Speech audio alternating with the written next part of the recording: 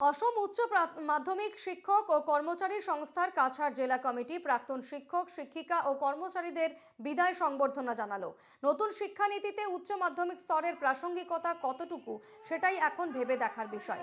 এই পরিস্থিতিতে উচ্চ মাধ্যমিক শিক্ষক সংস্থার নিজেদের অস্তিত্ব রক্ষার লড়াইয়ে বিশেষ ভূমিকা গ্রহণ করতে হবে।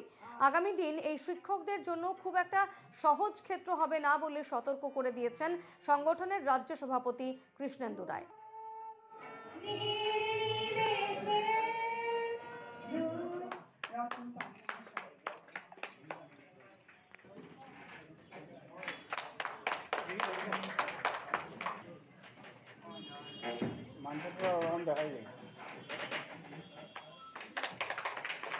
তার জন্য আমাদের সন্তুষ্টি না।